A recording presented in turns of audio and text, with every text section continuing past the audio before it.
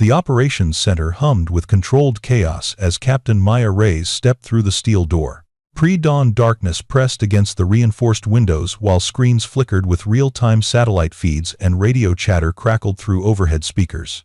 The smell of burnt coffee mixed with the metallic tang of electronic equipment, filling the cramped space with the scent of another long shift bleeding into morning. Maya stood near the back wall, flight jacket zipped halfway, her worn tablet clutched against her side. She was early 30s, compact and lean, with dark hair pulled into a regulation bun and eyes that moved constantly, taking in details most people overlooked. Her flight suit was clean but faded in places, the kind of wear that comes from years of use rather than neglect. No patches adorned her shoulders beyond her name, tape, and rank, nothing that would hint at where she'd been or what she'd done before this assignment. To the dozen officers gathered around the tactical display, she looked like another transport pilot rotating through the Joint Operations Base. Someone who flew supplies and personnel between safe zones, logging hours without seeing action. The kind of aviator who checked boxes on a manifest rather than making split-second decisions under fire. Before we begin, make sure to subscribe to Military and Veteran Stories so you never miss these true tales of courage. And tell us in the comments, where are you watching from today? Lieutenant Colonel Barnes stood at the front, his voice cutting through the ambient noise as he briefed the room on the overnight developments.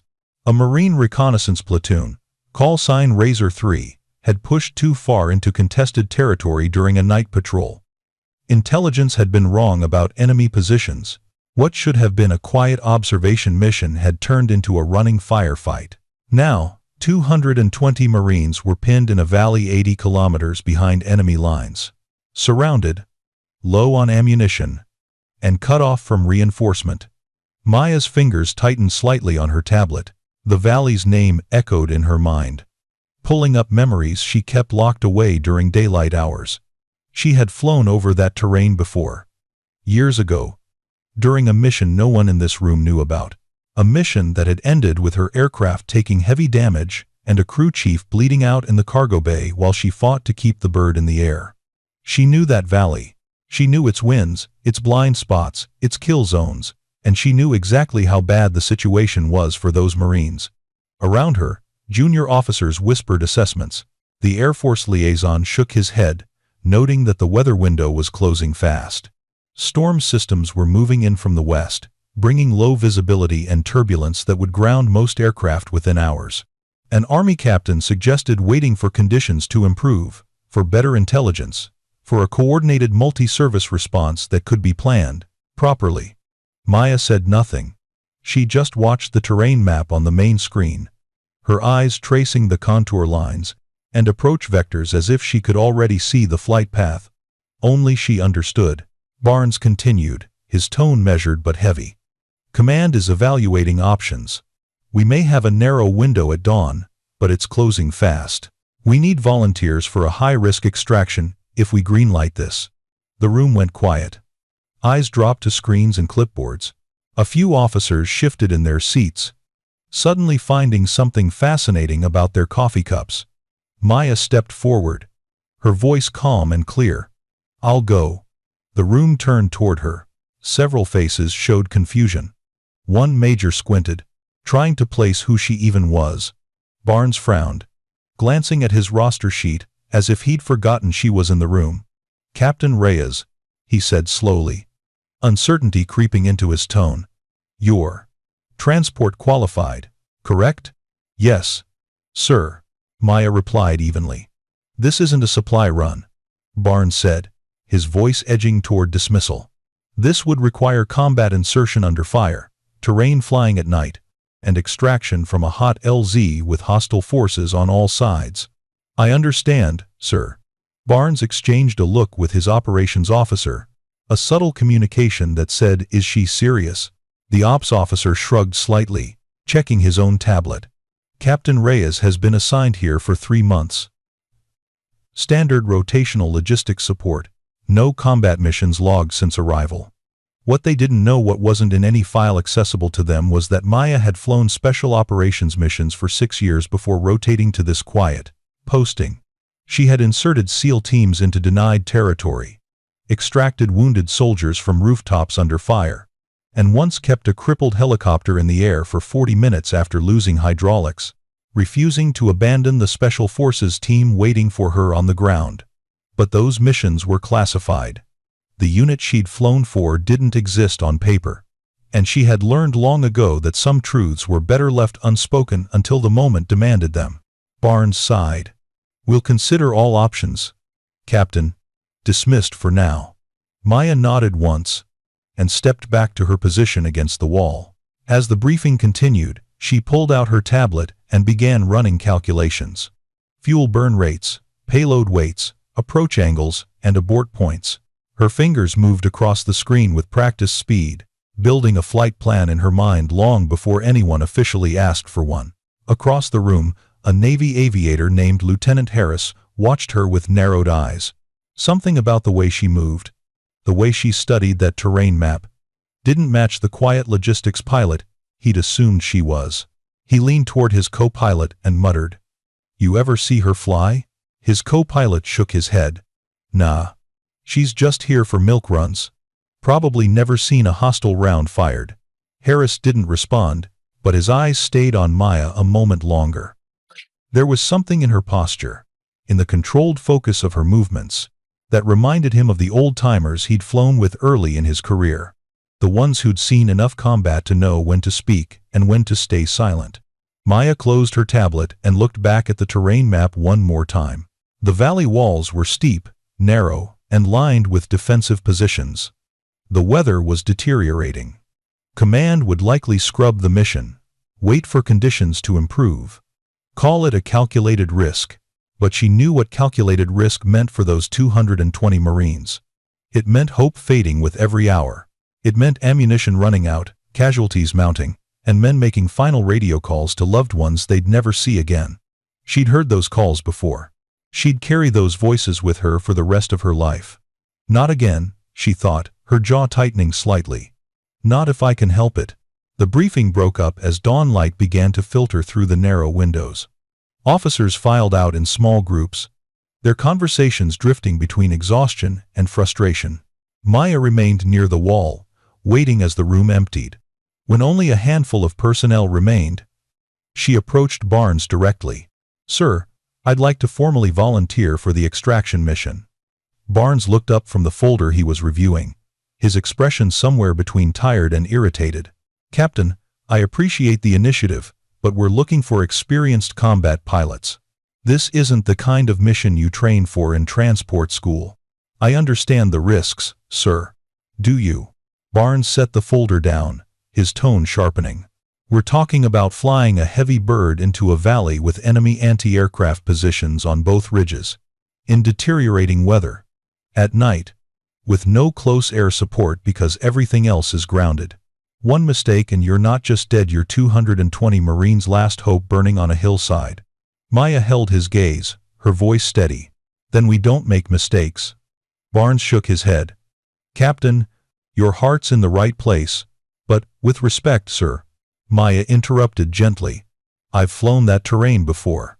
That stopped him. "When?" "5 years ago. Different unit." She didn't elaborate. Couldn't elaborate. Barnes studied her for a long moment, suspicion and curiosity warring in his expression. "What unit?" "I'm not at liberty to discuss that, sir." His jaw tightened. "Then I'm not at liberty to put you on a combat roster based on classified missions I can't verify." It was a fair response. Maya knew it was coming. But she also knew that fairness didn't save lives when the clock was ticking. "Sir, if you scrub this mission and wait for better conditions—" "I'm aware of the timeline, Captain." Barnes's voice carried a warning edge now. "But I'm not sending an untested pilot into a death trap just because she volunteers. We'll coordinate with regional command, explore other options." "There aren't other options," Maya said quietly. "Not in the window we have. That's not your call to make." The words hung in the air, final and dismissive. Maya recognized the tone. She'd heard it before, years ago, when male squadron commanders assumed she'd earned her wings through lowered standards rather than outflying half the men in her class. She'd heard it when instructors questioned whether she had the physical strength to handle a damaged aircraft under G-forces. She'd heard it in 1,000 small moments that added up to one clear message: you don't belong here. But she'd also learned that arguing rarely changed minds. Only results did. "Understood, sir," she said, stepping back. As she turned to leave, Lieutenant Harris intercepted her near the door. He was early 42nds, confident in the way senior aviators often were, with enough flight hours to feel untouchable and enough close calls to know he wasn't. "Hey, Captain," he said, his tone casual but edged with condescension. "You really think you can fly a combat extraction?" Maya met his eyes calmly. "Yes." Harris chuckled, glancing at his co-pilot who'd followed him over. "No offense, but logistics flying is a different animal than what we're talking about here. You ever taken fire in the cockpit?" "Yes." The confidence in her single-word answer made Harris pause, but only for a moment. "Well, taking fire in a simulator isn't the same as—" "It wasn't a simulator," Maya said quietly. Harris's smile faltered. His co-pilot shifted uncomfortably, sensing something in her tone that didn't match the quiet transport pilot they'd assumed she was. "Look," Harris said, recovering his swagger. "I'm just saying. Maybe sit this one out. Let the guys with combat experience handle it. No shame in knowing your limits." Maya's expression didn't change, but something in her eyes hardened. "And if the guys with combat experience aren't willing to go?" The question hung there, pointed and uncomfortable.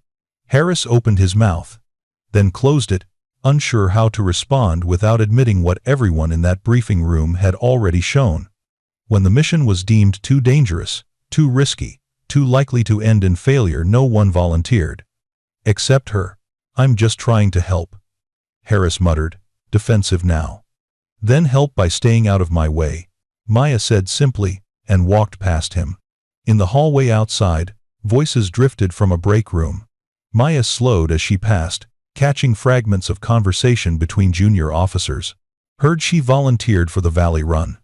Must be crazy or stupid. Probably thinks she has something to prove. Bet she's never even seen a hot LZ." Maya kept walking, her boots silent on the polished floor. Their doubt didn't surprise her. She'd lived with doubt her entire career, other people's and sometimes her own. But she'd also learned that doubt was just noise until the moment came when action was the only language that mattered. She pushed through the exit door into the cold pre-dawn air. The flight line stretched before her, rows of aircraft silhouetted against the lightening sky. Her bird sat at the far end, a CH-47 Chinook, older than most of the pilots on base, its paint worn and patched in places. It wasn't pretty, but it was reliable, and more importantly, it was hers. Maya walked toward it slowly, her mind already running through pre-flight checks and contingency plans. Around her, the base was waking up ground crews, moving between hangars, fuel trucks rumbling along taxiways, the distant whine of a jet engine spinning up for a morning sortie. But in her mind, she was already in that valley. She could see the approach vector, feel the controls responding to her touch, hear the radio calls from desperate Marines who didn't know if anyone was coming for them. Command would probably scrub the mission. They'd wait for better weather, better intelligence, better odds. But Maya knew something they didn't. Sometimes waiting meant losing. And she'd lost enough already. Maya reached her aircraft and climbed the rear ramp, the hydraulics hissing softly as she entered the cargo bay. The interior smelled of metal, oil, and old canvas, familiar, almost comforting. She moved forward toward the cockpit, her hand trailing along the bulkhead, feeling the subtle vibrations of a machine that had carried thousands of souls through thousands of miles. Her crew chief, Staff Sergeant Torres, was already there, running diagnostics on the flight systems. He was mid-42nds, graying at the temples, with the perpetually skeptical expression of someone who'd seen too many things go wrong to trust anything easily. "Morning, Captain," he said without looking up from his tablet. "Heard you volunteered for suicide. Just another day at the office," Maya replied, settling into the pilot's seat. Torres snorted. "Yeah, well, This office has a pretty high mortality rate today. He glanced at her, his skepticism softening slightly. You really think they'll greenlight it? Probably not. But you're prepping anyway. Always. Torres studied her for a moment, then nodded slowly. You want me to run full combat checks? Everything. Fuel. Hydraulics. Weapons systems. Countermeasures. I want this bird ready to fly in 30 minutes, if they give the word. Weapons systems? Torres raised an eyebrow. We're not exactly equipped for air-to-air combat, Captain. Just check them. Something in her tone made Torres pause. He'd worked with Maya for 3 months, and in that time, she'd been professional, competent, and unremarkably routine. She flew supplies, logged hours, and never caused problems. But right now, in this moment, there was something different in her voice. An edge. A certainty. You've done this before, he said quietly. It wasn't a question. Maya's hands moved across the controls, checking switches and gauges with a precision that came from muscle memory. Check the systems, Torres. He nodded and climbed back into the cargo bay, leaving her alone in the cockpit. Maya pulled out a worn notebook from her flight jacket, the pages dog-eared and stained with coffee rings. She flipped to a section marked with a faded red tab and studied the notes she'd written years ago after that mission in the valley. Approach angles, wind patterns, terrain traps. She'd documented everything, knowing someday she might need it again. Never thought it would be the same valley, she thought, her thumb brushing over the handwritten coordinates. A knock on the hull interrupted her thoughts. She looked up to see a young crew member, barely out of tech school, standing nervously at the base of the ramp. Captain Reyes? I'm Airman First Class Chen. They assigned me as your flight engineer for, well, if the mission gets approved. Maya studied him for a moment.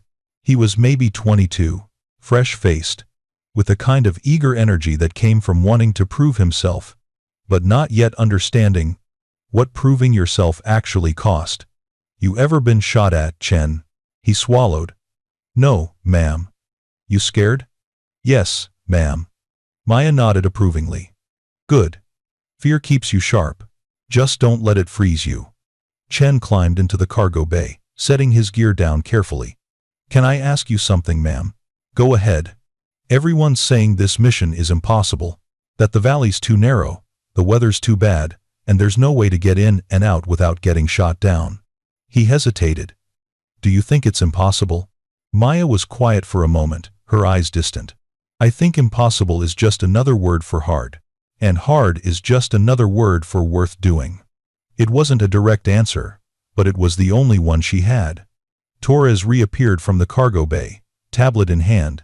Captain, I'm showing some anomalies in the fuel transfer system. Nothing critical, but worth noting. Can you fix it in 20 minutes? If I skip breakfast, yeah. Skip breakfast. Torres grinned slightly. You're really serious about this? 220 Marines are really trapped, Maya said simply. As Torres moved back to work on the fuel system, Chen approached the cockpit tentatively. Ma'am, can I ask, have you flown missions like this before? Maya glanced at him, then back at her instruments. Define like this. Combat extractions. Hot LZs. That kind of thing. She was quiet for a long moment. When she finally spoke, her voice was softer, almost distant. Once, a long time ago. Did it work? Maya's hand tightened slightly on the control stick. Most of it. Chen waited for more. But Maya didn't elaborate. Instead, she pulled out a small photograph tucked into the sun visor above her seat. It showed a group of soldiers standing in front of a helicopter, arms around each other's shoulders, grinning despite the dirt and exhaustion on their faces. In the center of the group stood a younger version of Maya, her flight suit torn at the shoulder, a bandage visible on her forearm.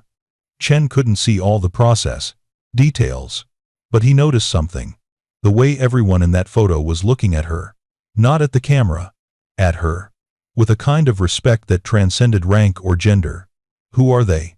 Chen asked quietly.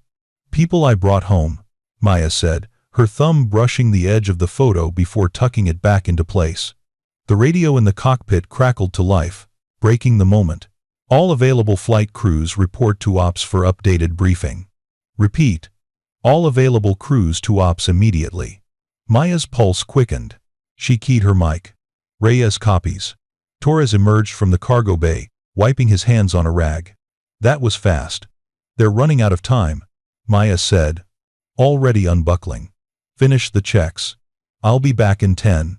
She moved quickly through the aircraft and down the ramp, her strides purposeful as she crossed the flight line.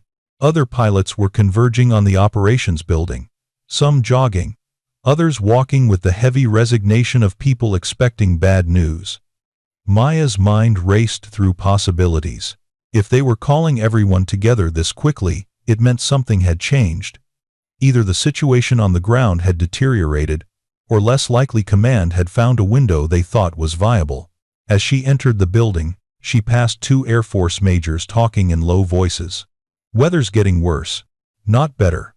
No way command authorizes this. Those Marines are on their own. Maya pushed past them without comment, her expression controlled but her gut tightening with a familiar dread. She'd heard those same assessments before. She'd watched decision-makers choose caution over courage, calculated risk over calculated necessity, and she'd watched good people die because of it.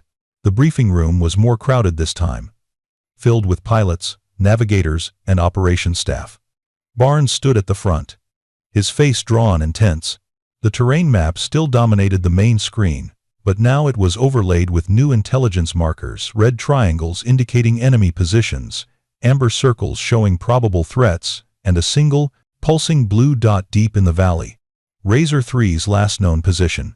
Barnes waited until the room settled, then spoke without preamble. Razor 3's situation has deteriorated. They've taken casualties and are almost out of ammunition. Command has authorized a single extraction attempt before the weather completely closes the window. A murmur rippled through the room. The mission will launch in 2 hours, Barnes continued. We need a pilot with combat extraction experience, terrain flying capability, and the clearance to operate in contested airspace. His eyes scanned the room. Lieutenant Harris, you're approved and qualified. Are you willing to fly this? Every eye turned to Harris. He stood near the front, his earlier swagger notably absent. For a long moment, he said nothing, his jaw working as if chewing on words he didn't want to swallow. Sir, he finally said, my bird took minor damage during a training flight yesterday. We're still waiting on parts. I'm not flight ready. It was technically true. It was also convenient. Barnes's expression hardened slightly, but he moved on. Major Kincaid, an Army aviator with a chest full of medals, cleared his throat. Sir, I'd need my full crew, and half of them are on leave. I can't guarantee we'd be coordinated enough for this kind of. Captain Valdez, who'd flown more combat hours than anyone else in the room, looked Barnes directly in the eye. Sir, with respect, the weather conditions make this mission tactically unsound. I don't think anyone can safely anyone else. Barnes's voice cut through the room like a blade. Silence. Maya felt it settle over the space like a heavy blanket. These were good pilots. Experienced pilots. But they were also people who'd learned to weigh risk against reward, to calculate odds, to know when a mission crossed the line from dangerous to suicidal, and they'd all made their calculations. Barnes exhaled slowly, the weight of command pressing visible on his shoulders. Then we inform Razor 3 that extraction is not feasible at this time, and I'll fly it. Maya's voice wasn't loud, but it carried across the silent room with absolute clarity. Every head turned toward her. Barnes closed his eyes briefly. Frustration and something else, maybe hope, maybe despair flickering across his face. Captain Reyes, we've already discussed. Sir, with respect, we discussed this when you had other options. You don't anymore. The truth of that statement hung in the air, undeniable and uncomfortable. Harris looked at his boots. Kincaid studied the ceiling. Valdez shifted his weight, unwilling to meet anyone's eyes. Barnes stared at Maya for a long moment. Do you understand what you're volunteering for? Yes, sir. Do you understand that statistically, you won't come back? Yes, sir. Then why? Then why? Maya's expression didn't change, but something flickered in her eyes, something that made even Barnes pause. Because 220 Marines are counting on someone to try, sir. And trying is better than nothing. Barnes looked like he wanted to argue, to find a reason to refuse her, to maintain some shred of command authority that said he controlled this situation, but they both knew he didn't. The situation controlled him now. Fine, he said finally, the word heavy with resignation. You're authorized. Launch in 90 minutes. God help you, Captain. Maya nodded once. Thank you, sir. As she turned to leave, Harris stepped into her path. His expression conflicted. Hey, Reyes, look. I'm sorry. About earlier. Save it. Maya said, not unkindly. Just make sure someone's ready to provide cover if I make it back. If? Maya's smile was slight. Tired. When I make it back. She walked past him, through the crowd of pilots who parted silently, their eyes following her with a mixture of respect, disbelief, and something that looked uncomfortably like shame. Outside, the sky was fully light now, though dark clouds gathered on the horizon like a promise being kept. Maya pulled out her phone and sent a single text message to a number she hadn't contacted in 3 years. Flying into the valley today. If this goes wrong, tell them I tried. She didn't wait for a response. She just pocketed the phone and headed back toward her aircraft, where Torres and Chen were finishing final checks. This was happening. In 90 minutes, she'd lift off into deteriorating weather, fly 80 kilometers into enemy territory, thread a narrow valley under fire, and attempt to extract 220 Marines who'd been written off by everyone except her. The odds were impossible. But Maya had stopped believing in impossible the day she kept a burning aircraft in the air long enough for her crew to bail out, then somehow landed it herself with one engine and a prayer.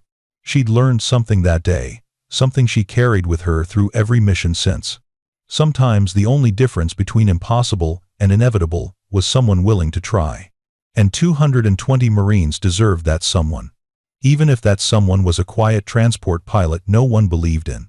The rotor blades cut through the thickening air as Maya lifted off, the Chinook rising with a controlled urgency that sent vibrations through every rivet and bolt. Torres sat at the crew chief station, his hands moving constantly across his panel, calling out systems checks in a steady rhythm. Chen manned the rear gun position, his knuckles white on the handles despite nothing being in range yet. The base fell away beneath them, shrinking into a grid of runways and buildings until it disappeared into the haze. Maya banked east, following a route she'd plotted in her head hours before anyone gave her permission to fly it. The weather was worse than the briefing had indicated.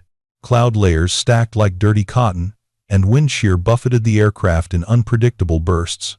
Tower. Rescue 7 is airborne and en route. Maya transmitted, her voice calm. Copy. Rescue 7. Be advised. Weather deterioration is ahead of projections. You have approximately 45 minutes before conditions become unflyable. Current intel shows increased enemy activity along your route. Understood. Continuing mission. Torres glanced forward toward the cockpit. Through the open door, he could see Maya's profile, her hands steady on the controls. Her posture relaxed despite the turbulence that was already making his stomach uneasy. She flew the way experienced pilots flew, not fighting the aircraft, but moving with it, anticipating every shift before the instruments confirmed it. Captain, he called over the internal comms, if the weather's this bad here, what's it going to be like in the valley? Worse. Maya replied simply. That's comforting. Didn't promise comfort, Torres. Just promised I'd try. The miles rolled beneath them, terrain transitioning from friendly to contested to actively hostile. Maya dropped altitude, skimming low over ridgelines and using natural terrain masking to avoid radar detection. She flew without referencing the GPS more than occasionally, her eyes reading the landscape like a language she'd learned long ago. Chen's voice crackled over the comms, young and tight with tension. Ma'am, should I be looking for anything specific? Anything that doesn't belong, Maya said. Vehicles where there shouldn't be vehicles. People where there shouldn't be people. Smoke. Movement. Trust your instincts. If something feels wrong, call it. Yes, ma'am. 15 minutes into the flight, the radio erupted with traffic. Maya listened as another pilot, one of the reconnaissance drones operating in the area, reported heavy anti-aircraft concentrations along the primary approach route to the valley.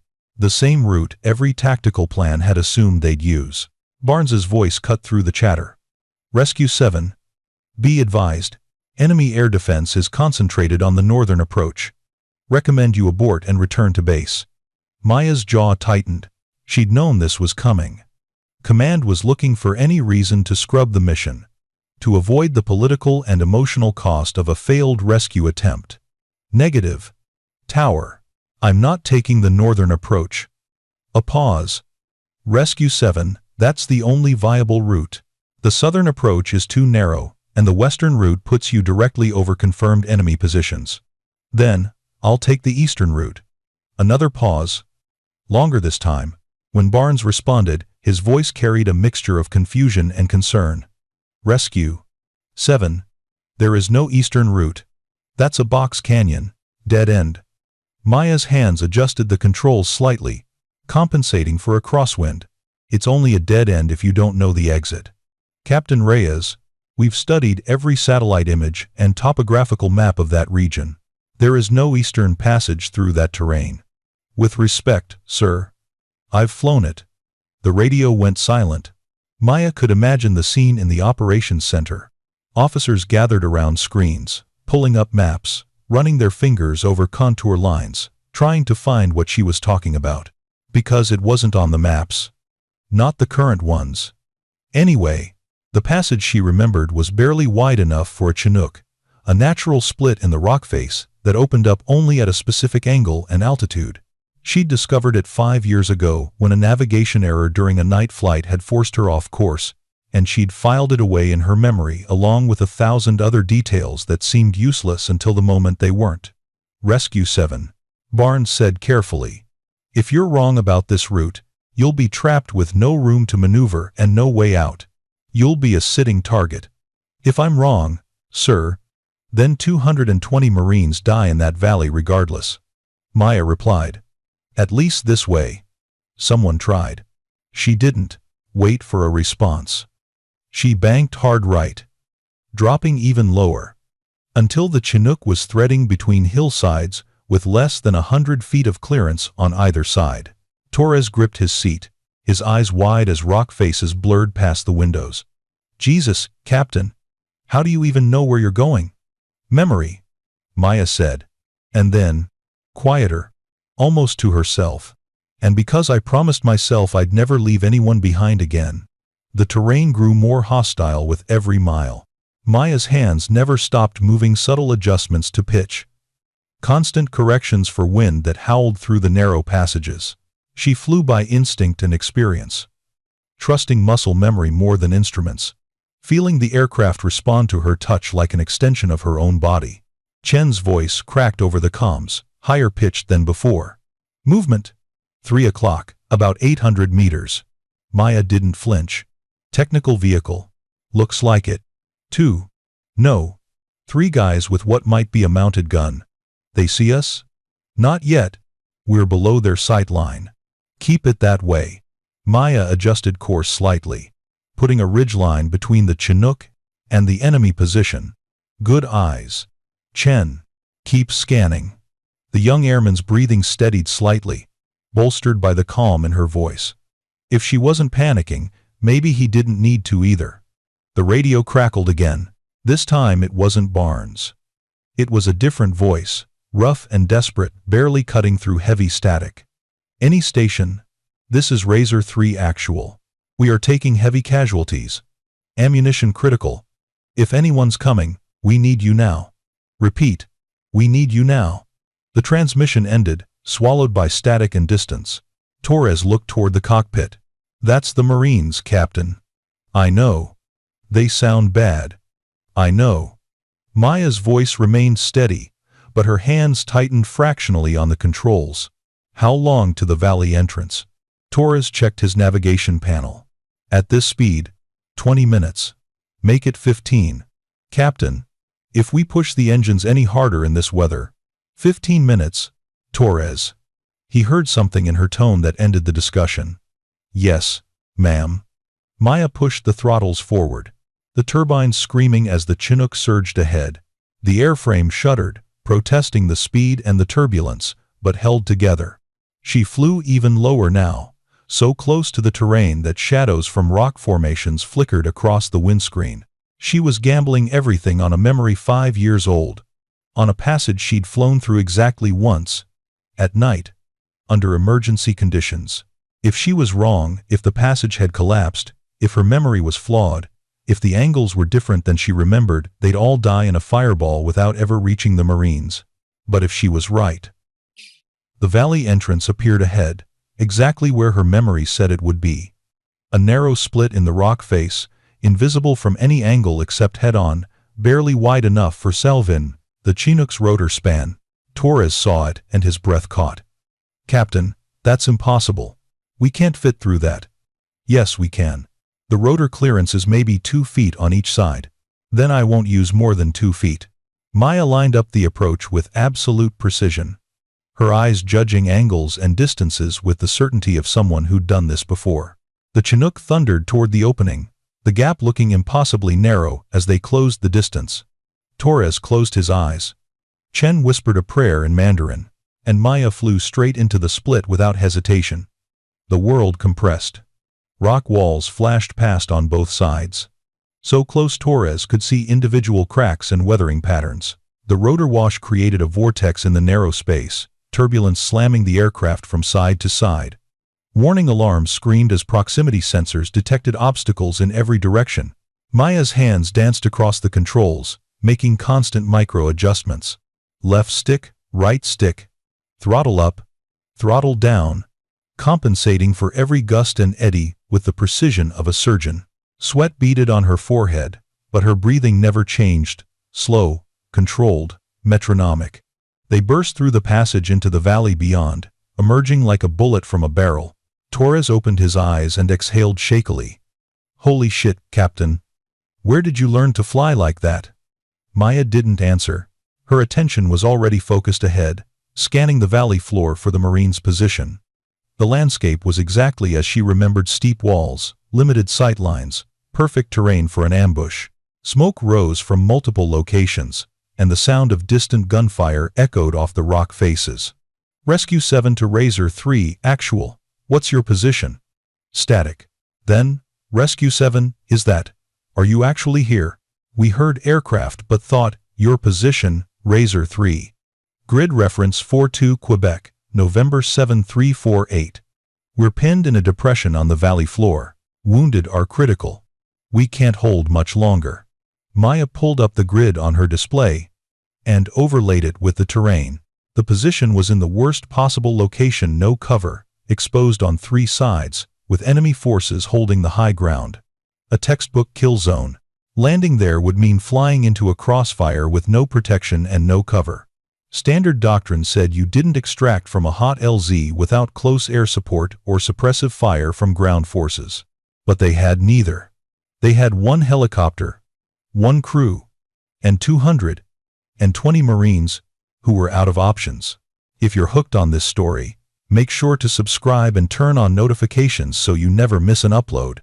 Your support means everything and helps me bring you more inspiring military stories like this one. Torres, prep the ramp. I want to be able to drop it the second we touch down. Captain, if we land in a hot LZ without support. I'm aware of the doctrine, Torres. Prep the ramp. Yes, ma'am. Maya began her approach, dropping altitude as she scanned for enemy positions. She spotted muzzle flashes on both ridges, machine gun nests, at least 4 of them, with overlapping fields of fire. Below, small figures huddled behind inadequate cover, many of them not moving. The wounded and the dead. A crack split the air, followed by another. Tracer rounds arced toward the Chinook, green streaks cutting through the sky. One passed through the cargo bay, punching a neat hole in the bulkhead. Chen returned fire, his gun hammering out short, controlled bursts. Taking fire, Torres called. Unnecessarily. I see it.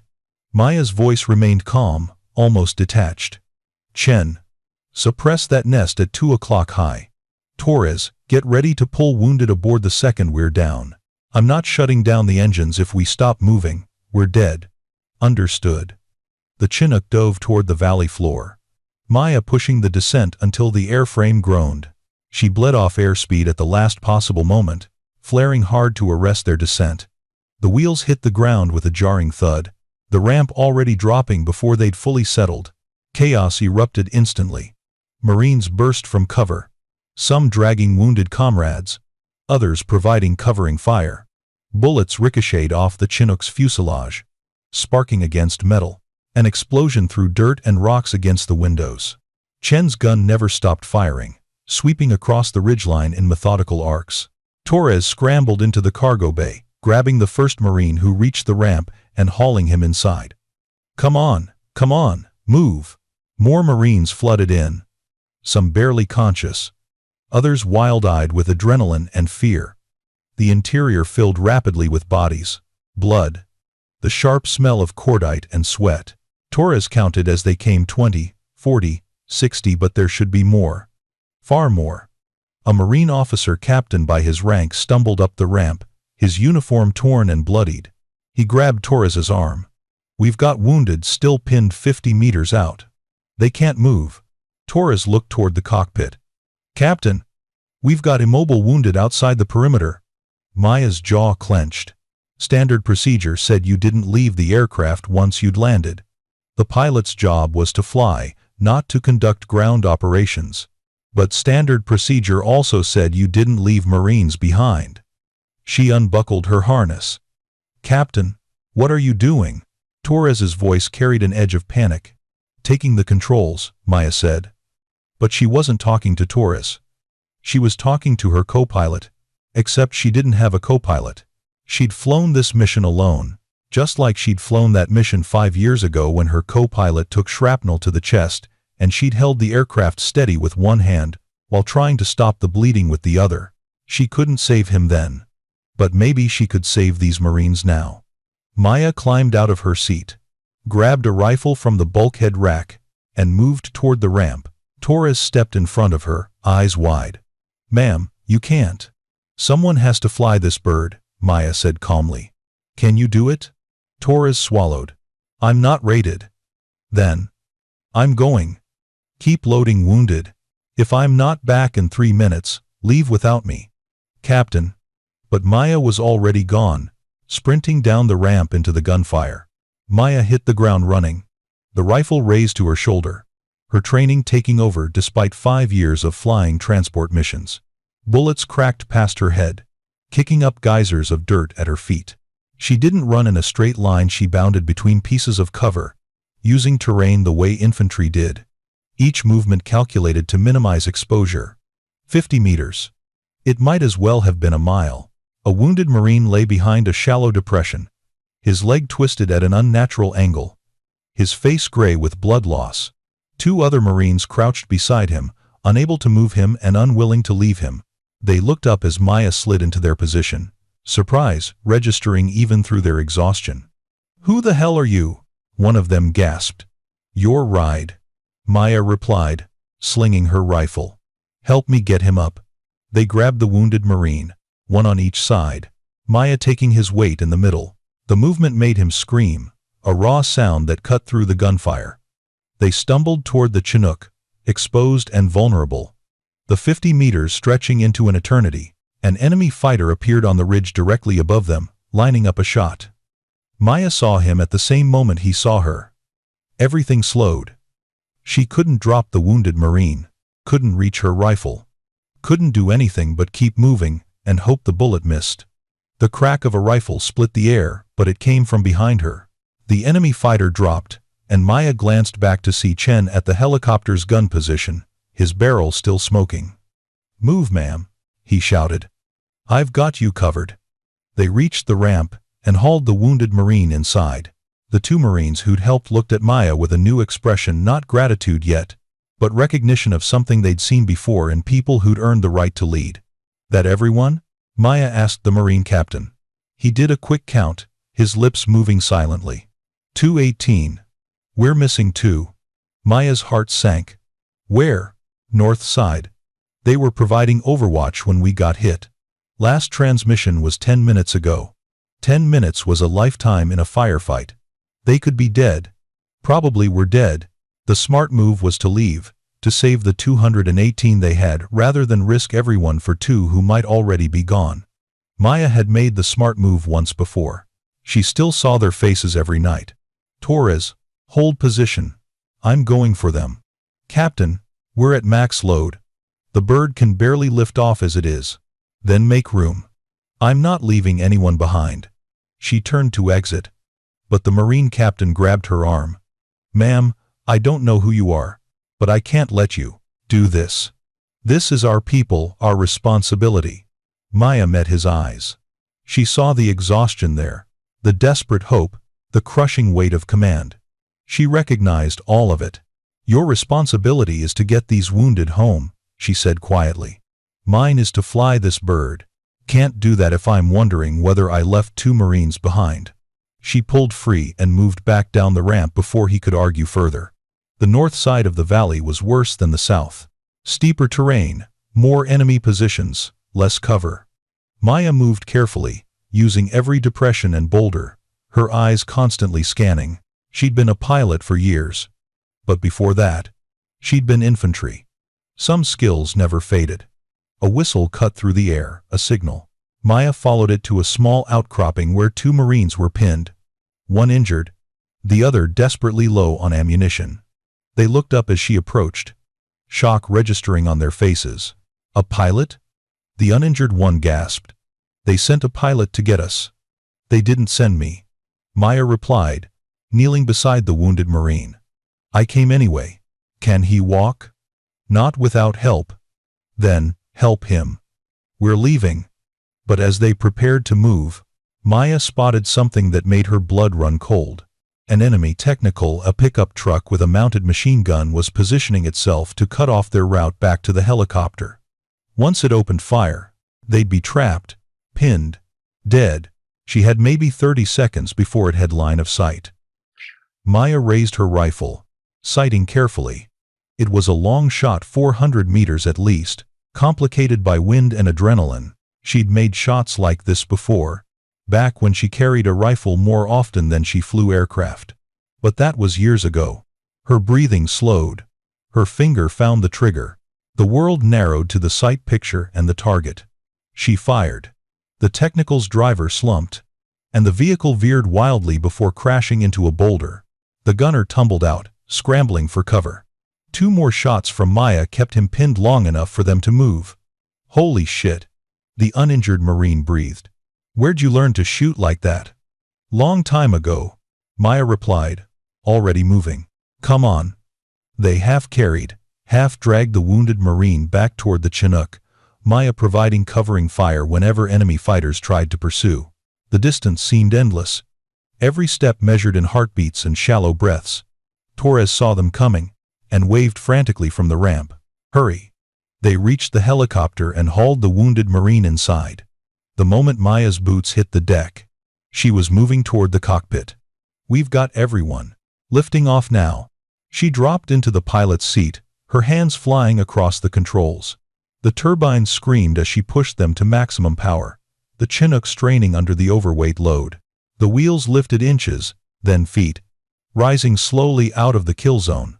Enemy fire intensified, a desperate attempt to bring them down before they escaped.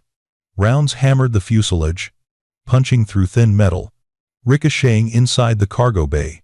Chen returned fire until his ammunition ran dry, then switched to the other gun position to keep shooting.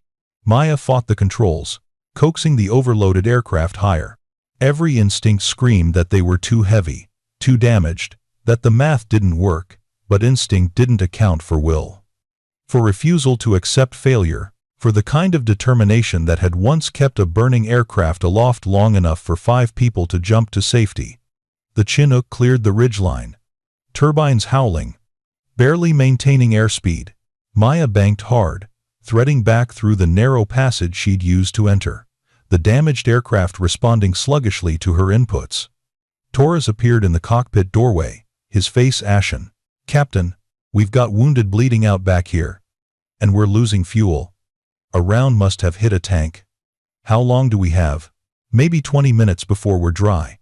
Maya's mind raced, calculating distances and fuel burn rates. 20 minutes wasn't enough to reach the base. They'd go down somewhere in contested territory, turn from a rescue into a target.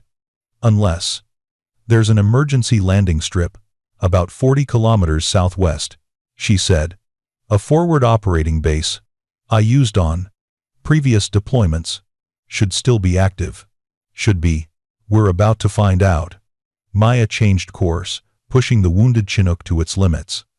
The fuel gauge dropped steadily, the needle approaching the red zone. Behind her, corpsmen worked frantically on the wounded, their hands slick with blood, their faces tight with concentration. The Marine captain appeared beside her, bracing himself against the bulkhead. "You saved my Marines. All of them. I don't know how, but you did." Maya didn't take her eyes off the instruments. "We're not out of this yet." "No, but we're alive. Because you ignored orders and flew into hell to get us." He paused. "That passage you used, how did you even know about it?" "I flew through it once before. 5 years ago." 5 years? That must have been. He stopped, his eyes widening as pieces connected. The Kandahar extraction, the one everyone said was impossible. The pilot who threaded that canyon under fire and brought out a SEAL team that was supposed to be Kia. Maya's hands tightened on the controls. But she said nothing. The captain's voice dropped to barely a whisper. The pilot was a woman. They classified most of the mission details. But the story became legend. Some people said it never happened, that it was too insane to be real. But the SEALs she saved told everyone who'd listen. They said she flew like she could see through solid rock. Like the aircraft was part of her body. They called her. He trailed off, staring at her profile. Realization crashing over him. They called her Valkyrie. The old call sign hung in the air between them. Maya hadn't heard it spoken aloud in 5 years. She'd thought it was buried with the rest of that life, locked away with classified files and memories she tried not to revisit. "That was you," the captain said. Not quite a question. "You're the Valkyrie." Behind them, the conversation spread through the cargo bay in whispers. Marines looked up from their wounds, their exhaustion, their trauma, hearing the name and understanding what it meant. Torres moved to the cockpit door, his expression transformed. "Ma'am, you flew special operations? For how long?" 6 years, Maya said quietly, "before I requested transfer." "Why would you leave? Why fly transport when you could?" "Because I was tired of measuring success by how many people I brought home versus how many I left behind." Her voice carried a weight that silenced further questions. "I wanted normal missions. Routine flights. No more impossible extractions. No more classified operations. No more." She stopped, her throat tight. "No more funerals for people I couldn't save." Chen's voice came over the comms, young and awed. "Ma'am, if you're Valkyrie, then that means you've flown, like, actual combat missions. Why didn't you say something? Why let everyone treat you like you were just what?" Maya asked gently. "Just a transport pilot. That's what I am now. Chen, what I was doesn't change what I do today." "But ma'am, you could have shut down all those assholes who doubted you. Harris, Valdez, all of them. One word, and they would have known." "I didn't need them to know," Maya interrupted. "I needed them to be good enough to do the mission themselves. Because I'm not supposed to be doing this anymore. I'm supposed to be flying supplies and personnel and going home at night without seeing faces I couldn't save." Her voice cracked slightly on the last words, the facade of control slipping for just a moment. The captain put a hand on her shoulder, gentle but firm. "But when no one else would fly, you did anyway. Why?" Maya was quiet for a long moment, her eyes fixed on the horizon. When she finally spoke, her voice was barely above a whisper. "Because 5 years ago, I left 2 people behind. My co-pilot and a Marine who was 10 feet from the ramp when we had to lift off or die. I can still hear him screaming for us to wait. I can still see his face. Silence filled the cockpit, heavy and complete. I swore after that mission I'd never fly another combat extraction. But I also swore I'd never leave anyone behind again if I had the chance to save them. She glanced at the captain, her eyes red-rimmed, but clear. 220 Marines deserved the chance, even if everyone else thought it was impossible. The captain squeezed her shoulder once, then returned to the cargo bay. But as he moved among his wounded Marines, he spoke quietly to each one, and the whisper spread like wildfire. The pilot who saved us. That's Valkyrie. The legend. She's real. The forward operating base appeared through the haze, a collection of hastily erected buildings and a single paved runway barely long enough for a Chinook. Maya lined up the approach, fighting controls that responded increasingly sluggishly as hydraulic fluid leaked from damaged lines. Tower, this is Rescue 7. Declaring emergency. I have 220 souls on board, multiple critical wounded, and I'm running on fumes. Request priority landing. A surprised voice responded immediately. Rescue 7. Say again your number of souls. 220. I've got the entirety of Razor 3 on board. A pause. Rescue 7. That's impossible. We received notification that extraction was aborted due to, well, someone forgot to tell me. Clear the runway, I'm coming in hot. Maya didn't wait for acknowledgement. She dropped toward the runway, the Chinook shuddering as she bled off speed. The fuel gauge showed empty, the engines running on nothing but vapor and prayer. Alarms screamed warnings about hydraulic pressure, transmission temperature, and a dozen other systems failing simultaneously. The wheels hit the runway hard, bouncing once before settling. Maya reversed thrust, the brakes screaming as she fought to stop the overweight aircraft before they ran out of runway. The Chinook shuddered, skidded, and finally came to rest 50 feet from the runway's end. The engines died not because Maya shut them down, but because there was nothing left to burn. For a moment, no one moved. The sudden silence after hours of rotor noise and gunfire felt almost oppressive. Then Torres started laughing. A slightly hysterical sound that broke the spell. We're alive. Holy shit, we're actually alive. The ramp dropped, and emergency personnel flooded in. Medics swarming over the wounded, ground crew staring in disbelief at the sheer number of people crammed into the cargo bay. Someone started counting, trying to verify the impossible number Maya had radioed. Maya unbuckled slowly, her hands shaking now that the adrenaline was fading. She climbed out of her seat and made her way to the cargo bay. Watching as her Marines, because that's what they were now, her Marines were carried off to waiting ambulances. The base commander pushed through the crowd. A colonel with gray hair and an expression caught between fury and amazement. Captain Reyes, I just received a flash message that this extraction was aborted. What the hell are you doing here? My job, sir. Maya replied calmly. Your job is to follow orders, Captain. You were specifically told. With respect, sir. I was told no one else would fly the mission. I wasn't told I couldn't. The colonel's jaw worked, trying to find an argument that would stick. But before he could respond, a voice cut through the crowd. Andy Reyes, is that you? Maya turned to see a grizzled sergeant major pushing through the gathered personnel. His face was weathered, scarred. The kind of face that came from decades of hard service. When he reached her, his eyes widened with recognition and something like reverence. It is you. Jesus Christ, Valkyrie. What are you doing flying transport? Sergeant Major Kowalski, Maya said, genuine warmth in her voice for the first time in hours. It's good to see you. Good too. Kowalski laughed, shaking his head. The legend herself shows up with 220 Marines that everyone wrote off, and you act like it's just another day at the office. The colonel's expression changed. Valkyrie? As in, the special operations pilot, was. Maya corrected quietly. I transferred out 5 years ago. Why the hell would anyone let you transfer? The colonel demanded. Pilots like you are burned out, sir, Maya said bluntly. I did 6 years of impossible missions. I watched good people die because I wasn't fast enough, wasn't skilled enough, Wasn't. She stopped, gathering herself. I needed normal. Routine. Transport seemed like the right choice. Kowalski studied her with the knowing eyes of someone who'd seen too much combat. But when it mattered, you couldn't stay on the sidelines. No, Maya admitted. I couldn't.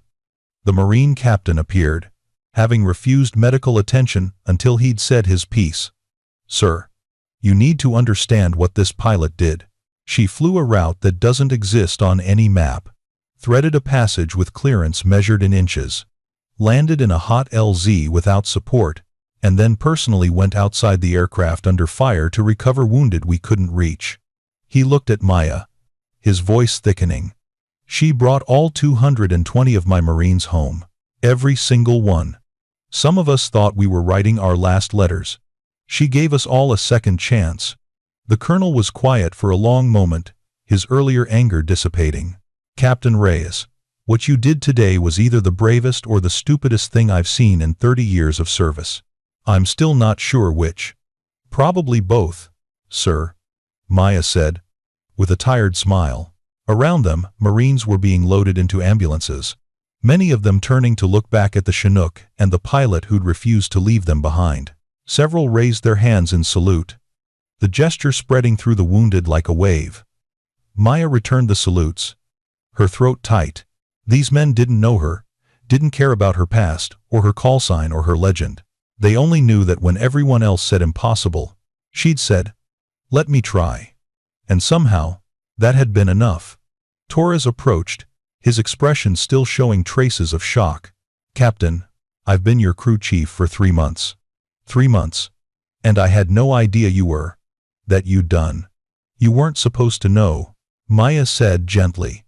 That life was over. But it wasn't. Was it? Chen asked, joining them. It was just waiting. For the right moment. Maya looked at the young airman, seeing echoes of her younger self in his eager face.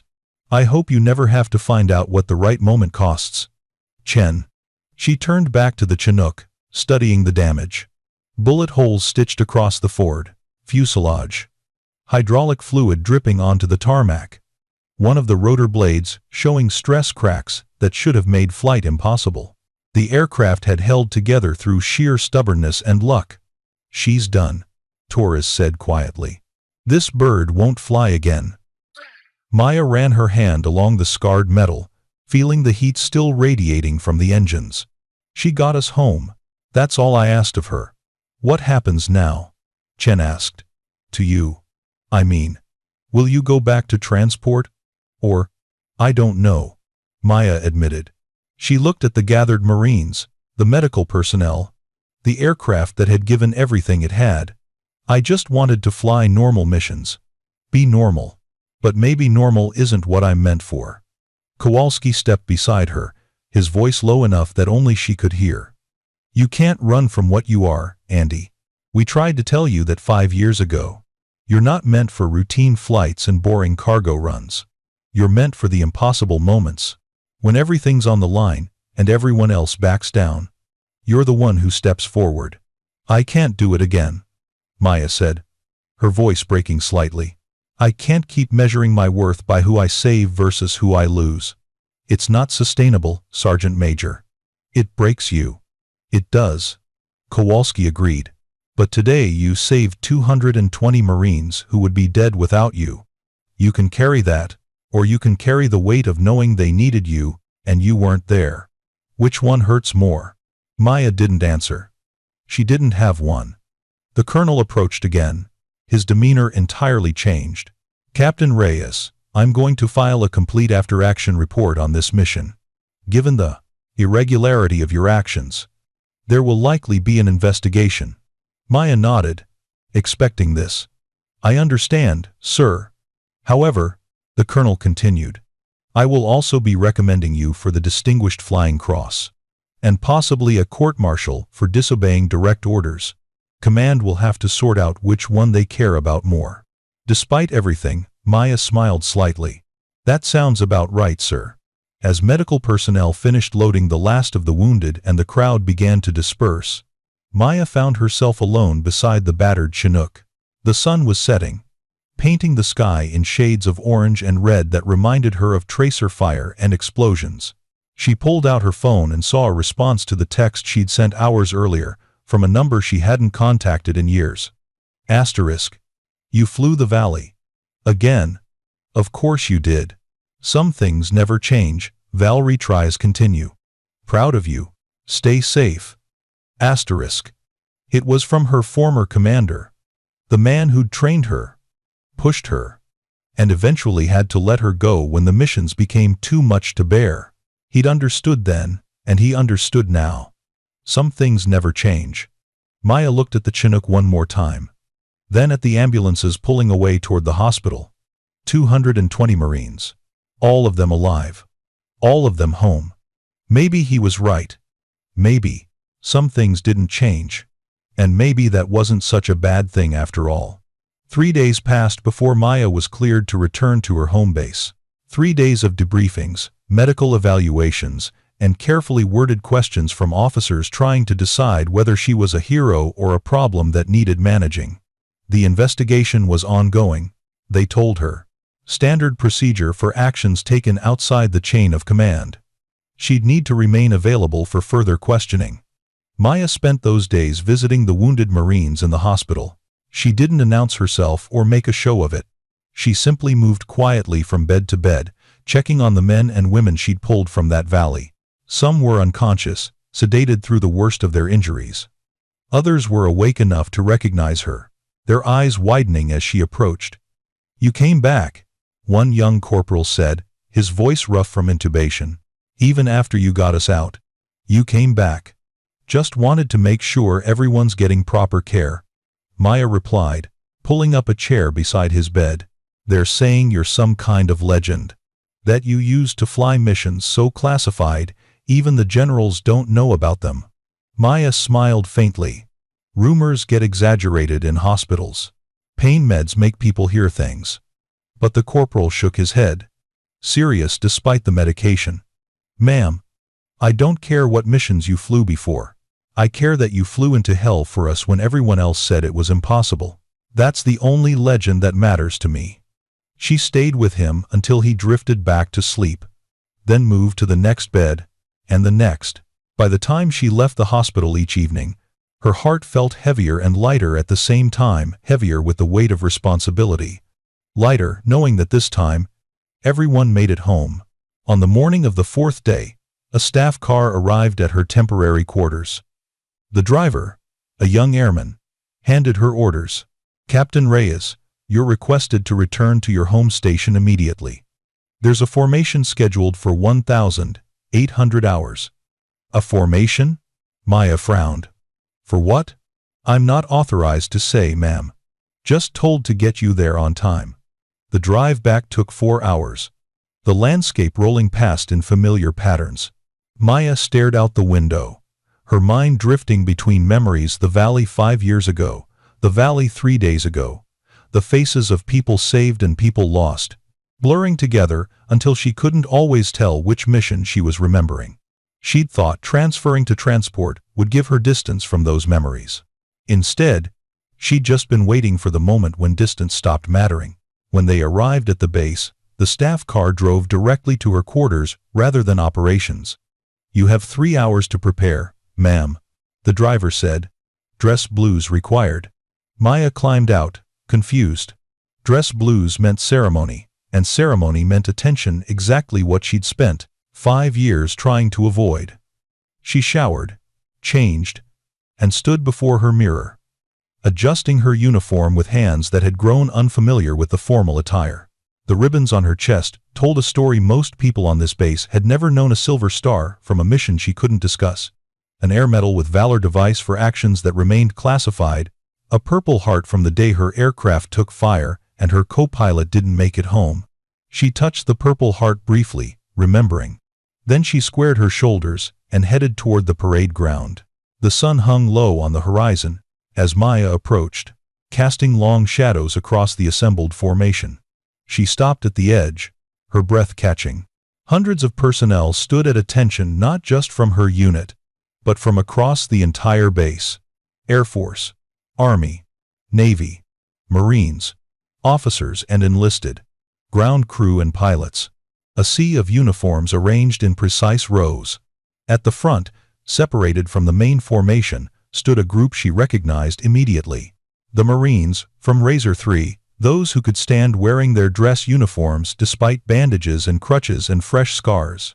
The Marine captain stood at their center, his arm in a sling, his posture military straight despite obvious pain. Maya's heart hammered as she realized what this was. A figure emerged from the formation: Sergeant Major Kowalski, his dress uniform immaculate, his bearing that of someone who'd earned every line on his weathered face. He marched directly to Maya and stopped, his voice carrying across the silence. "Captain Andrea Reyes, you are hereby requested to take your position before this assembled formation."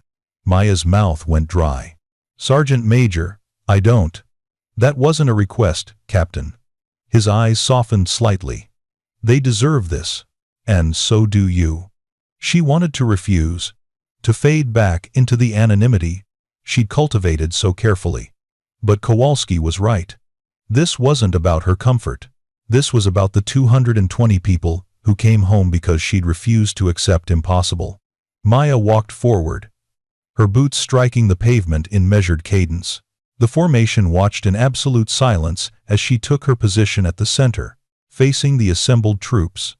Lieutenant Colonel Barnes emerged from the front row, his expression unreadable. When he reached Maya, he stopped and rendered a crisp salute. "Captain Reyes," he said formally, his voice amplified by speakers so everyone could hear. "3 days ago, you disobeyed a direct order. You flew into contested airspace without authorization, executed a combat mission without proper support, and endangered yourself and your crew." Maya's stomach tightened. This was it, the court-martial wrapped in ceremony, the public reprimand for refusing to follow protocol. Barnes continued. "You also saved 220 Marines that every command element from here to Washington had written off as unsavable. You flew a route that wasn't supposed to exist through weather, that should have grounded all aircraft.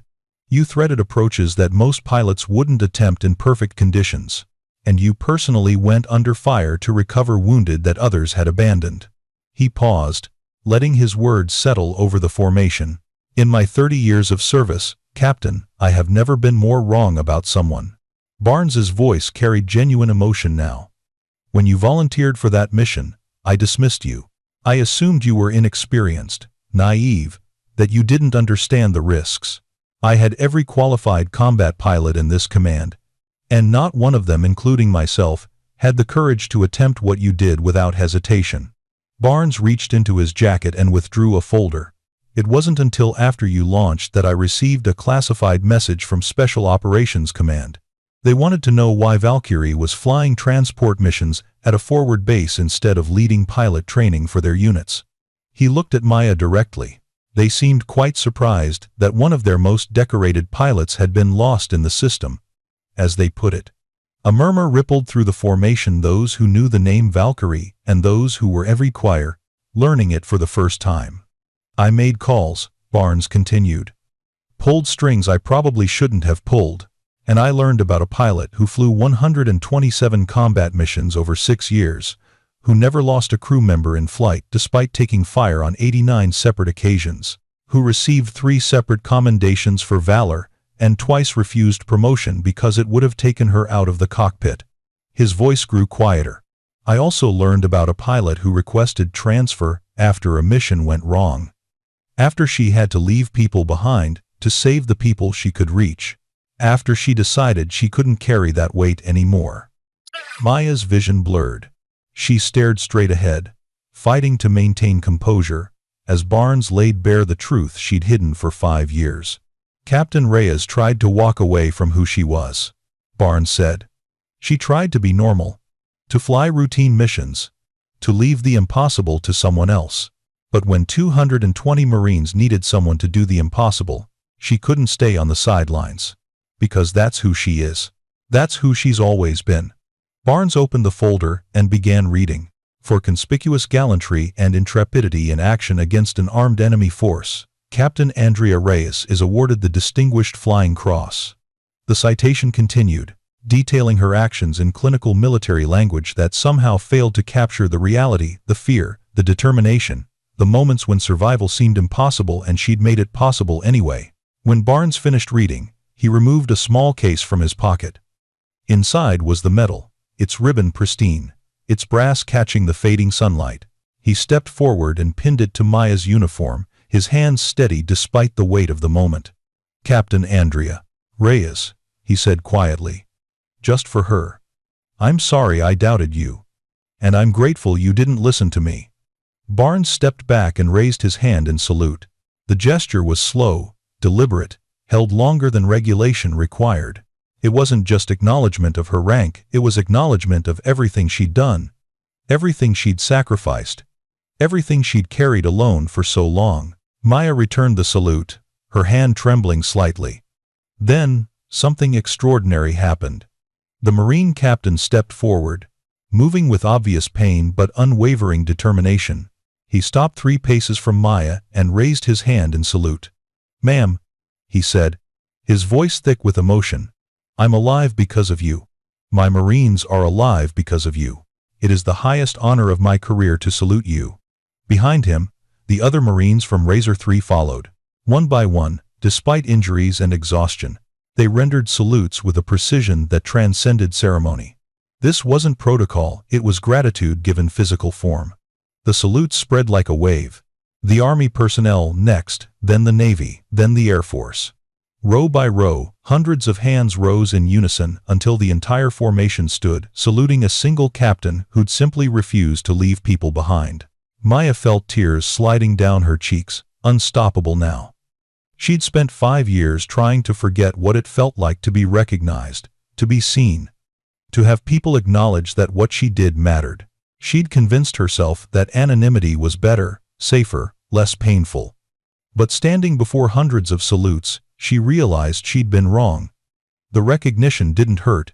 What hurt was thinking she had to carry everything alone, that asking for help or accepting acknowledgement somehow diminished the sacrifices. She returned the mass salute, her hand steady now despite her tears. When she finally lowered her hand, the formation held their salutes for one more moment. A gesture of respect that went beyond military courtesy into something deeper, more human. The moment stretched, perfect and fragile, filled with everything words couldn't capture. Then Kowalski's voice cracked across the parade ground. "Order, arms." The hands dropped in perfect synchronization, the sound of hundreds of movements echoing like distant thunder. But no one dismissed. No one moved. They simply stood, watching Maya, waiting to see what she would do with this moment she'd never asked for but somehow deserved. The formation remained at attention as several figures emerged from the crowd. Lieutenant Harris walked forward first, his earlier swagger completely absent. He stopped before Maya, and for a long moment, he simply looked at her, really looked at her perhaps for the first time. "Captain Reyes," he began, then stopped, struggling with words that seemed inadequate. "3 days ago, I told you to sit it out. I said the guys with combat experience should handle it." His voice dropped. "I had combat experience. More flight hours than most pilots here.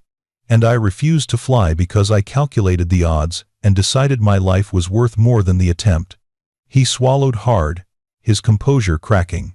"You didn't calculate odds. You just saw people who needed help and went, while I hid behind convenient equipment failures and risk assessments. You were flying into hell." His hand rose in salute, shaking slightly.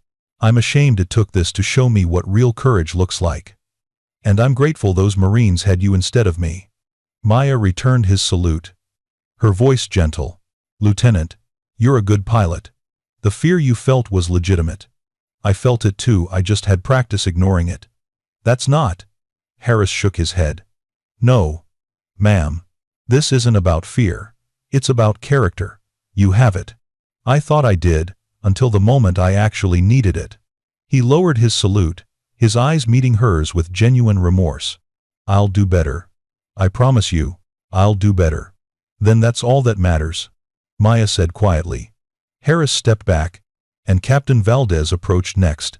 The veteran Army pilot who'd flown more combat missions than almost anyone on base stopped before Maya with an expression of deep shame. "Captain Reyes, I need you to understand something, he said, his voice rough. I've flown combat for 15 years. I've been shot at, shot down, and put back together more times than I can count. When Barnes asked for volunteers, I ran the calculations in my head. Approach vectors, enemy capabilities, weather factors, casualty probability. He paused. Every calculation said mission failure was inevitable. So I said no. I protected my record, my crew, my aircraft. His jaw tightened. But you didn't run calculations, did you? You just saw 220 human beings who needed someone to try, and you decided their lives were worth your risk. He rendered a slow, deliberate salute. I'm a better pilot than you by every technical measure, more hours, more experience, more advanced training. But you're a better person, and in the end, that's what mattered. Maya felt the weight of his words, the honesty in them. Captain Valdez, you've saved countless lives over your career. One decision doesn't erase that. Maybe not, Valdez replied. But it showed me something about myself I didn't want to see. I became so focused on survival that I forgot why we wear these uniforms. He lowered his salute. Those Marines deserved someone who remembered. I'm grateful you did. As Valdez stepped away, a figure Maya didn't expect emerged from the formation. Major Kincaid, the officer who'd claimed his crew was unprepared, approached with visible reluctance. Unlike Harrison Valdez, his expression carried defensiveness along with shame. Captain, he began stiffly, I stand by my assessment that my crew wasn't prepared for that mission. It would have been irresponsible to Major. Maya interrupted gently. If you came to apologize, then apologize. If you came to justify, then save us both the time. Kincaid's face flushed. For a moment, pride and shame warred visibly in his expression. Then something crumbled, and his shoulders sagged. I was scared, he admitted, the words coming out like confession. I've been flying for 20 years, and I was terrified. I told myself it was about crew readiness, about tactical soundness, about risk management. His voice broke. But the truth is, I was just too afraid to try. And 220 Marines almost died because of my cowardice. His hand rose in salute, trembling noticeably. You're half my age with a quarter of my flight hours. And you showed more courage in one mission than I've shown in 2 decades. I don't know if I can ever forgive myself for that. But I want you to know that I see it now. I see the difference between being a good pilot and being the pilot people need when everything's on the line. Maya studied him, seeing the genuine anguish beneath the military bearing. Major, fear doesn't make you a coward.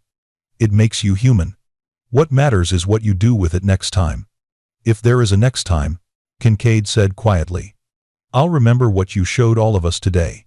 He lowered his salute and stepped back, leaving Maya standing before the formation, feeling exposed and exhausted. These public confessions, these acknowledgments, they were meant to honor her, but they felt heavy in ways she hadn't anticipated. Barnes stepped forward again, sensing her discomfort. Captain Reyes has endured enough scrutiny for one day. Formation dismissed. But before anyone could move, the Marine captain raised his voice. Permission to speak, sir. Barnes hesitated, then nodded. The Marine captain limped forward, followed by his Marines, those who could walk. They formed a line before Maya, and the captain spoke loudly enough for everyone to hear. Ma'am, my Marines and I have been talking. We know you transferred to transport to get away from combat missions. We know you were trying to find peace after years of impossible operations. He paused. We also know that we called you back into the fire, that our situation forced you to become Valkyrie again when you'd tried so hard to leave that behind. He reached into his jacket and withdrew a folded piece of paper.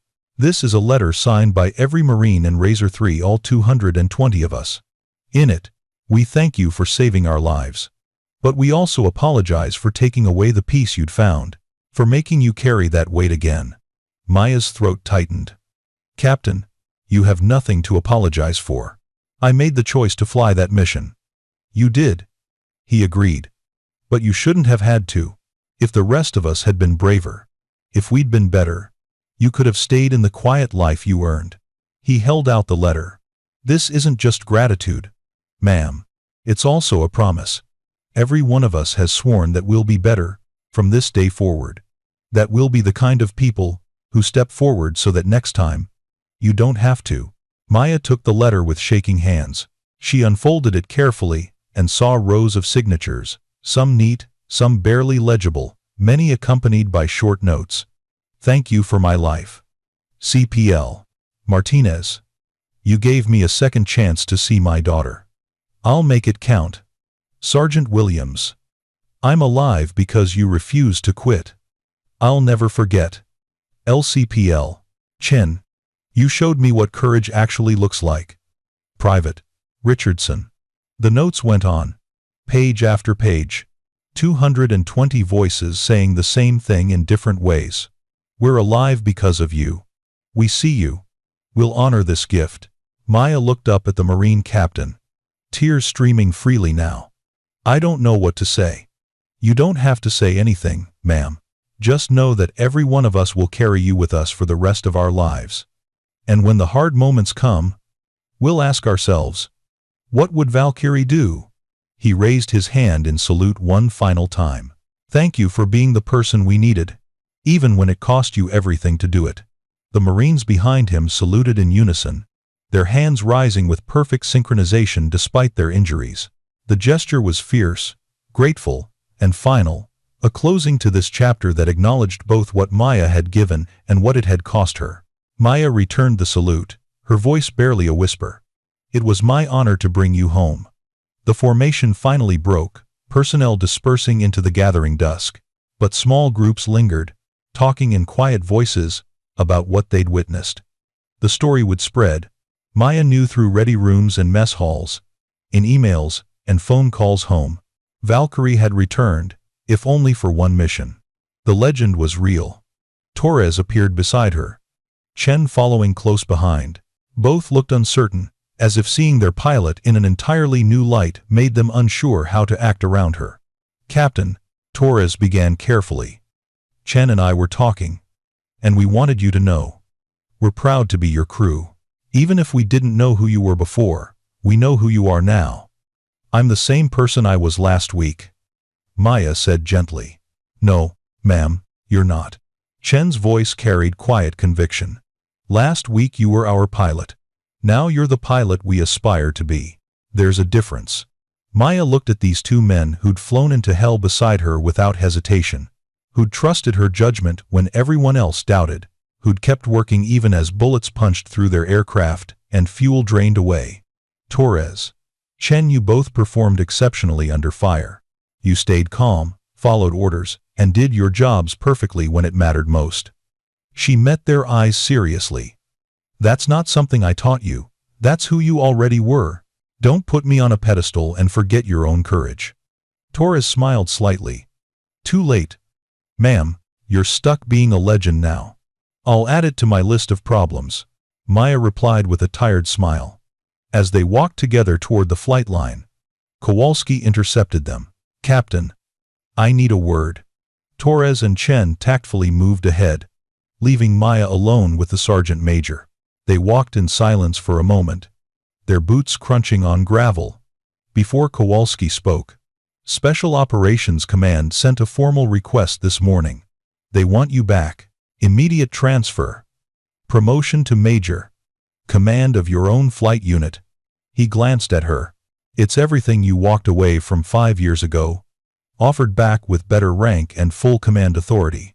Maya's heart sank. I can't. Can't, or won't? Both. She stopped walking, staring out across the flight line where aircraft sat in neat rows, illuminated by harsh floodlights.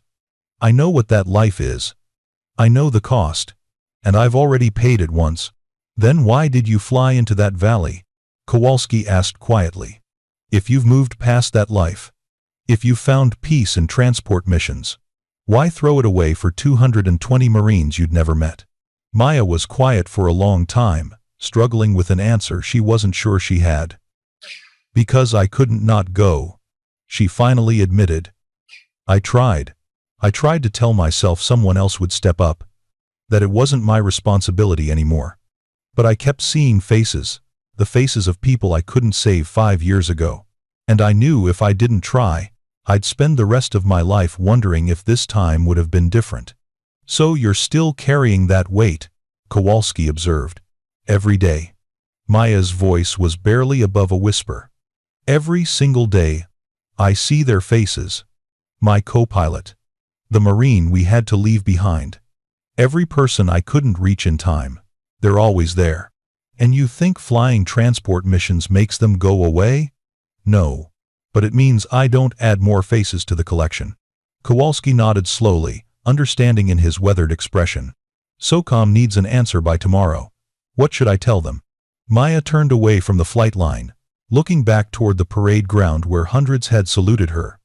Tell them I need time to think. Fair enough. Kowalski started to walk away, then paused. For what it's worth, Andy, I think you're one of the best pilots I've ever known.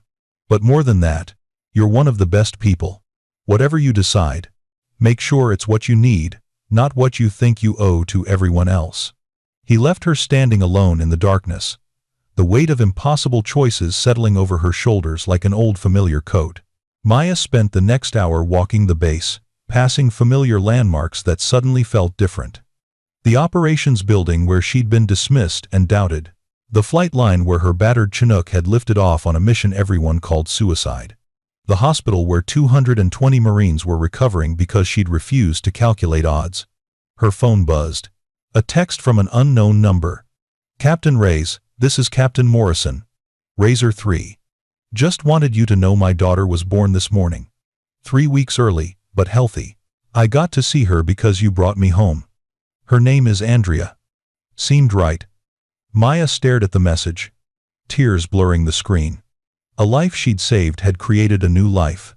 Her name would be spoken every day by people who loved that little girl. A ripple effect she'd never considered. Her phone buzzed again. Another message. Different number. Ma'am, Corporal Davis here. Docs say I'll make full recovery thanks to how fast you got us out. Just wanted to say my mom cried for an hour when I called her. Happy tears. You gave her those tears. Thank you. More messages came. A flood of gratitude from Marines who'd found her contact information somehow. Each one was different. But they all said variations of the same thing. You gave me back my life. You gave my family back their son, daughter, father, mother. Maya sat on a bench near the chapel, reading every message, letting each one hit her fully. She'd spent 5 years believing that the people she couldn't save mattered more than the people she did, that the faces she saw at night erased the faces she'd brought home. But these messages were faces too. Living, breathing, grateful faces that existed because she'd made impossible possible. Her phone rang. She didn't recognize the number, but answered anyway. Captain Reyes, a woman's voice, thick with emotion. I'm Sarah Hensley. My husband was Sergeant Michael Hensley. He was one of the Marines you. Her voice broke. He was one of the Marines you saved. He called me from the hospital today. I heard his voice. I thought I'd never hear his voice again. Maya couldn't speak, her throat too tight. I just wanted you to know, Sarah continued, crying openly now, that you saved my whole world. Michael is everything to me. And you brought him back when everyone said it was impossible. I will never forget what you did. Never. I'm just glad he's okay. Maya managed. He's more than okay. He's alive. And that's everything. Sarah paused. He told me what you did. How you went outside the helicopter to get the wounded that couldn't move. You risked your life for strangers. They weren't strangers, Maya said quietly. They were people who needed help. Well, this stranger wants you to know that you gave me back my future. Michael and I are trying to have a baby, and now we get that chance because of you. After the call ended, Maya sat in silence, processing everything. The messages, the call, the ceremony, the salutes, all of it adding up to a truth she'd been avoiding for 5 years. She couldn't outrun who she was. And maybe she shouldn't try. Her phone buzzed again. This time it was Kowalski. SOCOM extended their deadline. You have 1 week to decide. No pressure, but they're serious about wanting you back. So am I. Maya looked up at the stars, appearing in the darkening sky. 5 years ago, she'd looked at these same stars and sworn she was done with impossible missions. She'd tried to become someone else. Someone quieter. Someone who didn't carry the weight of life and death decisions. But the past 3 days had shown her something crucial. She hadn't changed who she was. She'd just been waiting for the moment when who she was mattered more than her fear of becoming it again. The faces of the people she couldn't save would always haunt her. But now, they'd be joined by 220 faces she did save. 220 people who got second chances at life because she'd chosen courage over comfort. And maybe that was the point. Maybe the weight never got lighter, you just got stronger at carrying it. Maya pulled out her phone and opened a new message to Kowalski. Her thumb hovered over the keyboard for a long moment before she started typing.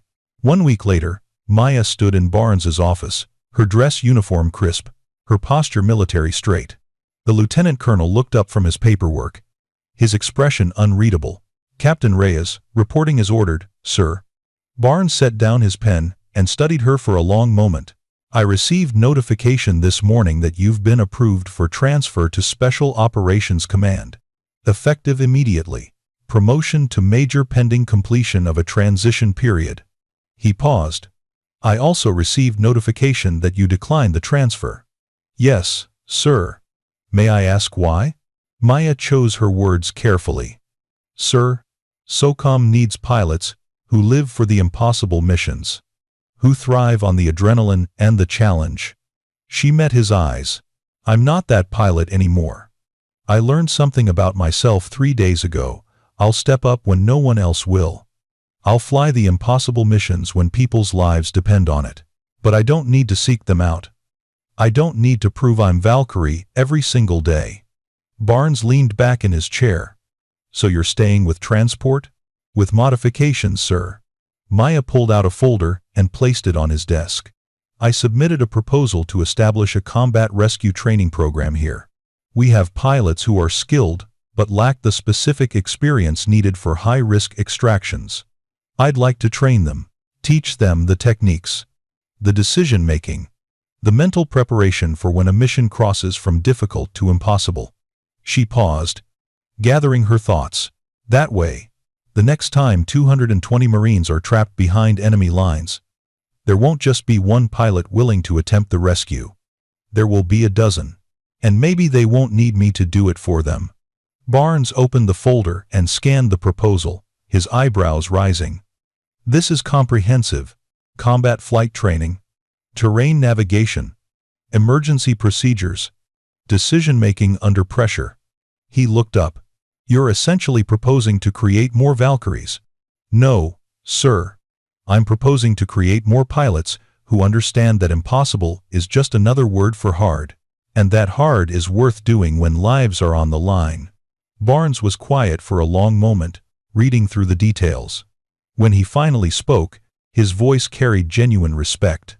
Captain, this program would keep you here, on base, with minimal flight time and maximum paperwork. It's the opposite of the glory missions SOCOM was offering. I don't need glory, sir. I need purpose. Maya's voice was steady, certain. I found something during that mission, not just my old skills, but a reason to use them that doesn't require me to fly combat missions until I break. I can pass on what I learned. I can help create pilots who will step forward when I'm not there. That feels more valuable than adding more medals to my uniform. Barnes closed the folder and stood, extending his hand. Captain Reyes, I misjudged you once. I'm not going to make that mistake twice. Your proposal is approved. Welcome to your new assignment. Maya shook his hand, relief flooding through her. Thank you, sir. Don't thank me yet. Creating a training program from scratch is going to be harder than flying into a hot LZ. He smiled slightly. But if anyone can do impossible things, I suppose it's you. 3 months later, Maya stood in a classroom, facing 12 pilots from various services. They represented the first class of her combat rescue training program, volunteers who'd heard the story of Razor 3 and decided they wanted to be ready if they were ever called upon to do something similar. Lieutenant Harris sat in the front row, his earlier arrogance replaced by genuine eagerness to learn. Captain Valdez sat beside him, the veteran pilot humble enough to acknowledge he could still grow. Even Major Kincaid had requested a spot, determined to become the pilot he should have been. Maya looked at these faces, some skeptical, some eager, all determined, and felt something she hadn't felt in years. Not the adrenaline rush of a combat mission, but something quieter and more sustainable. Purpose without the crushing weight of being the only one who could do it. "Welcome to Combat Rescue Operations Training," she began, her voice carrying the authority of someone who'd lived everything she was about to teach. "Over the next 12 weeks, I'm going to teach you how to fly missions that everyone else calls impossible. I'm going to teach you terrain masking, emergency procedures, decision-making under fire, and how to keep your crew alive when everything's going wrong." She paused, making eye contact with each pilot. "But more importantly, I'm going to teach you how to carry the weight. Because the hardest part of rescue operations isn't the flying, it's living with the outcomes. The people you save and the people you can't. The missions that work and the missions that don't. The weight that never goes away but that you learn to carry anyway." Harris raised his hand. "Ma'am, how do you deal with that weight? The faces you can't save?" Maya was quiet for a moment, considering her answer. "You don't deal with it, Lieutenant. You carry it. You let it remind you why this matters. And you balance it with the faces you do save, the lives you do change, the second chances you do create." She thought of little Andrea Morrison, of Sergeant Hensley's wife, of the 220 messages and calls she'd received since that mission. The weight never gets lighter, but you get stronger. And that's enough. The class spent the next 4 hours going through theoretical scenarios, discussing decision-making frameworks, analyzing successful and failed missions. Maya shared everything, the victories and the losses, the times she'd made the right call, and the times she'd guessed wrong, the constant calculation of risk versus reward that defined combat rescue operations. When the class finally ended, Harris approached her desk. "Ma'am, I just wanted to say, thank you for giving us this chance. To learn from you. To become better." "You already were better, Harris. You just needed to remember it." Maya smiled. "Now you're going to help others remember it too." As the pilots filed out, Torres appeared in the doorway. "Captain, your bird is ready for the training flight." Maya grabbed her flight jacket and followed him to the flight line. She'd kept flying not combat missions, but training flights with her students. Demonstration flights showing techniques. Occasional transport runs that kept her hours current. It was a balance she'd found between who she'd been and who she was becoming. The Chinook waiting for her wasn't the battered aircraft that had carried her into that valley. That one had been decommissioned, its scarred fuselage now a memorial on base to impossible missions accomplished. This one was newer, cleaner, but she flew it with the same careful attention and respect. As she climbed into the cockpit and ran through her pre-flight checks, her phone buzzed one final time. A message from the Marine captain. "Ma'am, thought you'd want to know Razor 3 deployed again today. When we got our briefing and saw the mission, everyone looked at each other and someone said, 'What would Valkyrie do?' Then we all stepped forward and volunteered for the hard assignments. You're still leading us, even from the training room. Thank you for showing us the way." Maya smiled, tucking the phone away. She'd spent 5 years running from being Valkyrie, trying to erase that identity, hiding from the weight it carried. But she'd learned something crucial. You couldn't erase who you were at your core. You could only choose how to express it. And maybe the best expression wasn't flying every impossible mission herself, it was creating more pilots who could fly them. More people who would step forward when others stepped back. More Valkyries who didn't need the call sign to embody the courage. She fired up the engines, feeling the familiar vibration through her hands of a machine ready to fly. Torres settled into his position. Chen at the gun station. Both of them comfortable now with a pilot who was legend and teacher and friend all at once. "Tower, this is training flight 7-1, ready for takeoff." "Copy, 7-1, You're cleared. And Captain, the tower controller's voice carried a smile.